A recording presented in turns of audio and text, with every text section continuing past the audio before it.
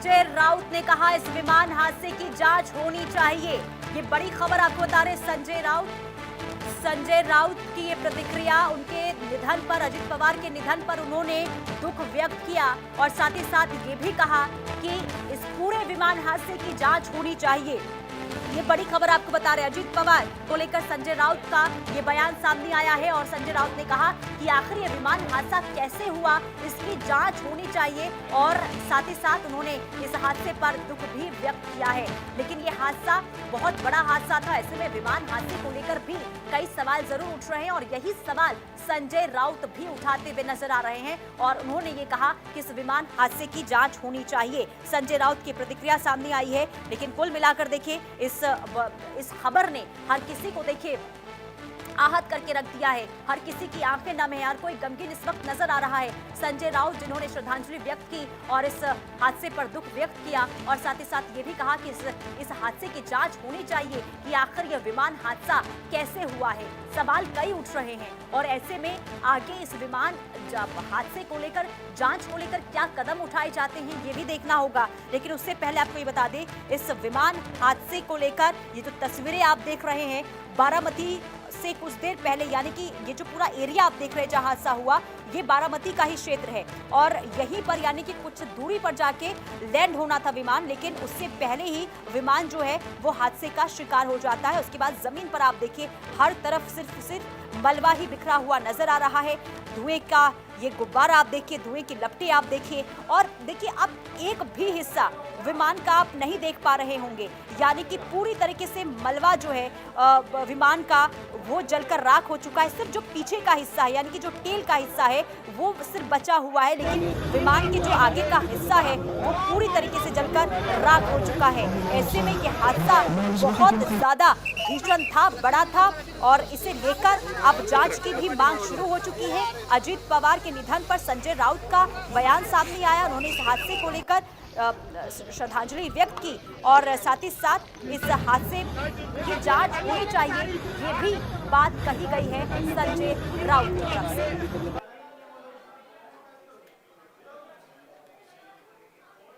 और एक बार फिर से हम आपको ये 6 तस्वीरें दिखा रहे हैं इस हादसे की तस्वीर, क्योंकि सुबह सुबह जब ये खबर सामने आती है कि देखिए विमान हादसा हुआ है, यानी कि अजित पवार का विमान हादसे का शिकार हुआ। हालांकि शुरुआती दौर में इस बात की पुष्टि नहीं हुई थी कि अजित पवार इस विमान में सवार थे या नहीं थे, लेकिन डीजीसीए की तरफ से खुद इस खबर को लेकर पुष्टि कर दी गई कि अजित पवार समेत 5 लोग इस विमान हादसे का शिकार हुए हैं। एक बार फिर से हम आपको ये 6 तस्वीरें दिखा रहे हैं। बारामती में सुबह सुबह हादसा होता है, समय 9:15 का होता है, प्लेन क्रैश हुआ। राजकारणात आतापर्यंत इतिहासात सगळ्यात वाईट घटना घडली, कारण दादांचं जाणं हे सर्वांसाठी वाईट गोष्ट आहे। माइक थोड़ा दबाइए ना।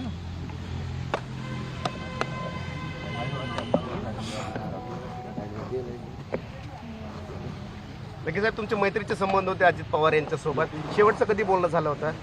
आखरी बार कब बात हो गई थी? केव्हा बोलणं झालं तेव्हा?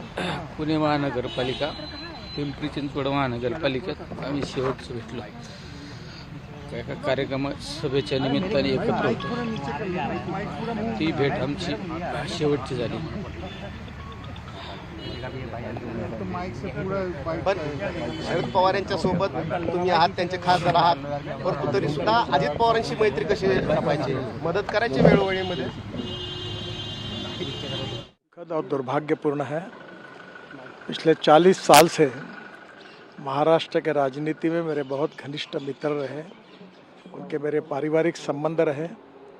बहुत कर्मठ, अच्छा प्रशासक और विकास की दृष्टि रखने वाले ऐसे वो नेता थे। उनके जाने से बहुत बड़ा नुकसान हुआ है। उनके परिवार को भी काफ़ी उनके ऊपर भी एक बड़ा हादसा हुआ है। मुझे लगता है कि भगवान उनको ये जो घटना हुई है इसका दुख सहन करने की ताकत दे। मैं व्यक्तिगत रूप से और पार्टी के तरफ से महाराष्ट्र के इस पुराने सहयोगियों को मैं श्रद्धांजलि अर्पित करता हूँ। भगवान उनके आत्मा को शांति दे, यही ईश्वर चरणों में प्रार्थना करता हूँ। नमस्कार। वहीं इसी बीच एक बड़ी जानकारी, एक बड़ी खबर आपको दे दी। महाराष्ट्र के बारामती में जो बड़ा विमान हादसा हुआ है, अब उसमें अजीत पवार, जो प्लेन क्रैश हो गया है, लैंडिंग के वक्त अजीत पवार का निधन, और उसके बाद अब सभी दिग्गज शोक व्यक्त करते नजर आ रहे हैं। अजीत पवार के निधन पर राजेश शुक्ला ने दुख जाहिर किया है। ये महाराष्ट्र ही नहीं, देश की राजनीति के लिए एक बेहद बड़ा नुकसान। अजीत पवार के निधन पर राजेश शुक्ला ने दुख जताया है। ये महाराष्ट्र ही नहीं, देश की राजनीति के लिए बड़ा नुकसान। अब सभी दिग्गज उन्हें याद कर रहे हैं, उनकी राजनीति को याद कर रहे हैं। ये बेहद बड़ा नुकसान। राजनीतिक गलियारों में अब हलचल मची हुई है और लगातार अब सभी अपनी संवेदनाएं प्रकट कर रहे हैं।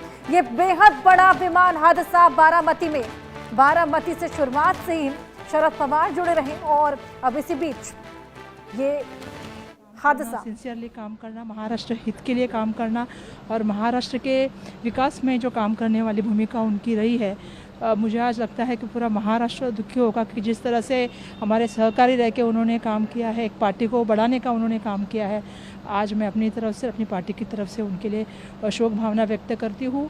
और मुझे बहुत शौक लगा क्योंकि आप भी देख रहे हैं, मैं जस्ट अभी लैंड होके आई हूँ और जब मैंने फ्लाइट में जब ये बात सुनी तो मुझे बहुत शौक हुआ क्योंकि उनके साथ काम करने का मेरा भी अनुभव रहा है। पिछले लगभग 20 साल हम लोग असेंबली में साथ में काम कर रहे थे और मुझे पता है कि अजीत दादा का स्वभाव कैसे, हमारे दादा के साथ हमारे अलग रिश्ते थे, फैमिली के भी रिश्ते थे, तो कहीं ना कहीं दुख का माहौल है आज। तो देखिए, दुखद यहाँ पर माहौल बना हुआ है, सभी उन्हें याद कर रहे हैं। लेकिन अजीत पवार का राजनीतिक सफर किस तरीके का रहा, आइए ये पूरा हादसा भी कैसे हुआ, ये तमाम जानकारियां आपको देंगे। ग्राफिक्स के माध्यम से आपको एक एक जानकारी, एक एक डिटेल साझा करने की हमारी पूरी कोशिश। कैसे ये हादसा, सबसे पहले आपको ये समझाएंगे। बारामती में ये पूरा प्लेन क्रैश हुआ है, लैंडिंग के वक्त ये विमान हादसा हुआ है, यानी कि लैंड कर रहा था ये विमान और उसी वक्त ये पूरा हादसा पेश आ जाता है। अजीत पवार समेत 5 लोगों की इसमें मौत हो गई है, 5 लोगों ने अपनी जान गंवा दी है।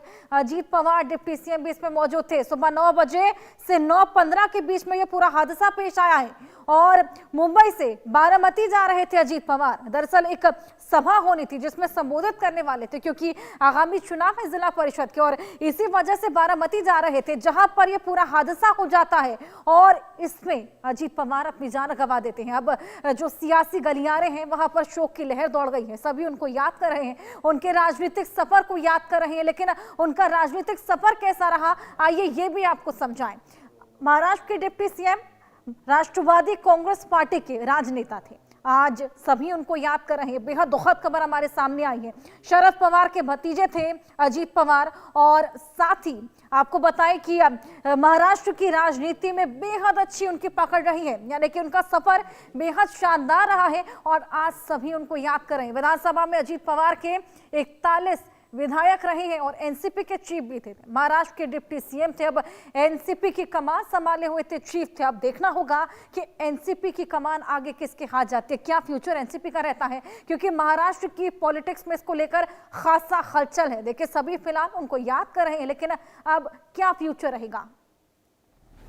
बारामती में प्लेन क्रैश हुआ है, डीजीसीए का official statement. Oh my God, that's horrible. This is such a horrible news and I'm so sorry कि मुझे तो अभी एक्चुअली हम लोग बहुत जल्दबाजी में रहते हैं जब सुबह सुबह आते हैं, मतलब there is not enough word to say कि पर खैर मैं अपने इमोशंस थोड़ा अलाइन करके I'll give a statement।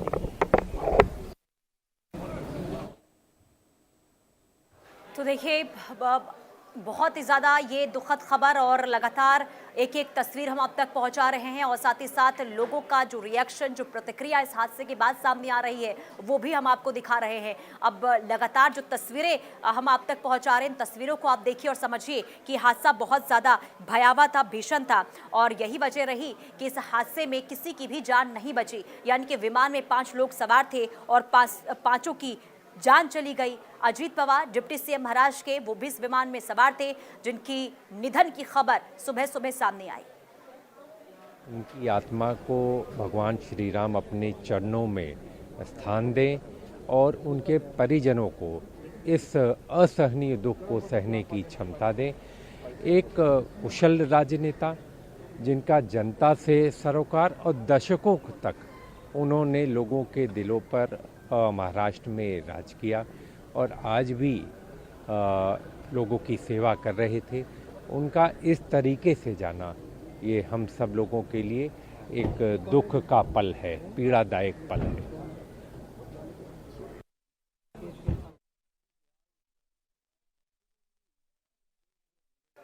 तो हम लोगों के लिए पीड़ादायक ये दुर्घटना रही है। अब ये इस वक्त हर कोई कहता हुआ नजर आ रहा है, लेकिन आपको बता दें, देखिए, जब जब अजीत पवार को याद किया जाएगा तो उनके राजनीतिक सफर को अब हमेशा याद किया जाएगा। देखिए, 13 सालों में 5 बार के वो महाराष्ट्र के डिप्टी सीएम रहे हैं। इसके अलावा कई मंत्री पद भी वो संभाल चुके हैं, यानी कि कई बड़ी जिम्मेदारी भी अब उनके कंधों पर रही है। और ऐसे में अजीत पवार जब अपने चाचा के साथ थे तो चाचा के साथ रहते हुए उन्होंने किस तरीके से राजनीति सीखी, और एक समय ऐसा भी आया जब अपने चाचा से अलग होकर, यानी कि एनसीपी जो है 2 फाड़ होती हुई नजर आई थी। और अब महाराष्ट्र की राजनीति में उनका एक दबदबा रहा है, प्रभावशाली नेता के रूप में उन्हें जाना जाता रहा है, उन्हें राजनीति के दादा के रूप में जाना जाता है, यानी कि लोग उन्हें, जो उनके चाहने वाले हैं, जो कार्यकर्ता रहे हैं, वो उनको दादा बुलाया करते थे। और देखिए, एक कार्यकर्ता के लिए वो लोकप्रिय थे, लेकिन आज दुर्दैव में से आज नहीं रहे, तो इसमें पूरा महाराष्ट्र 12-13 करोड़ जनता दुख में है। मैं भी उसमें दुख में शामिल होते उनको श्रद्धांजली अर्पण करतो। महाराष्ट्र राज्याचे उपमुख्यमंत्री यांचं आज सकाळी दुःखद निधन झाल्याची बातमी कळली आणि ते ऐकून एकदम धक्काच बसला। त्यांनी बऱ्याच वर्षापासून महाराष्ट्राच्या जनतेची सेवा केलेली आहे। तो सभी अब अपनी संवेदनाएं प्रकट कर रहे हैं। अजीत पवार ने राजनीतिक सफर की अगर शुरुआत की बात करें तो 1980 के दशक में सहकारी क्षेत्र से की थी, जहां वो चीनी मिलों, बैंक और ग्रामीण संगठनों में काम करते थे। 1991 में वो पहली बार बारामती से लोकसभा का चुनाव जीतकर सांसद बने थे। और देखिए, बारामती ही वो जा रहे थे क्योंकि जिला परिषद के चुनाव यहाँ पर होने वाले हैं, उसको लेकर सभा होने वाली थी, तैयारियां भी पूर्ण थी। लेकिन उसी से पहले ये पूरा हादसा पेश आ जाता है। उसी साल आपको बताएं, विधानसभा के लिए भी वो चुने गए थे।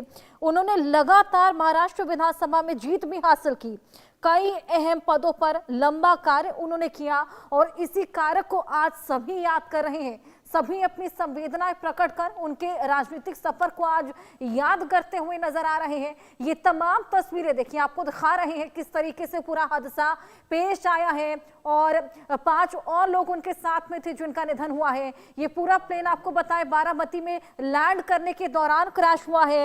इसके अलावा आप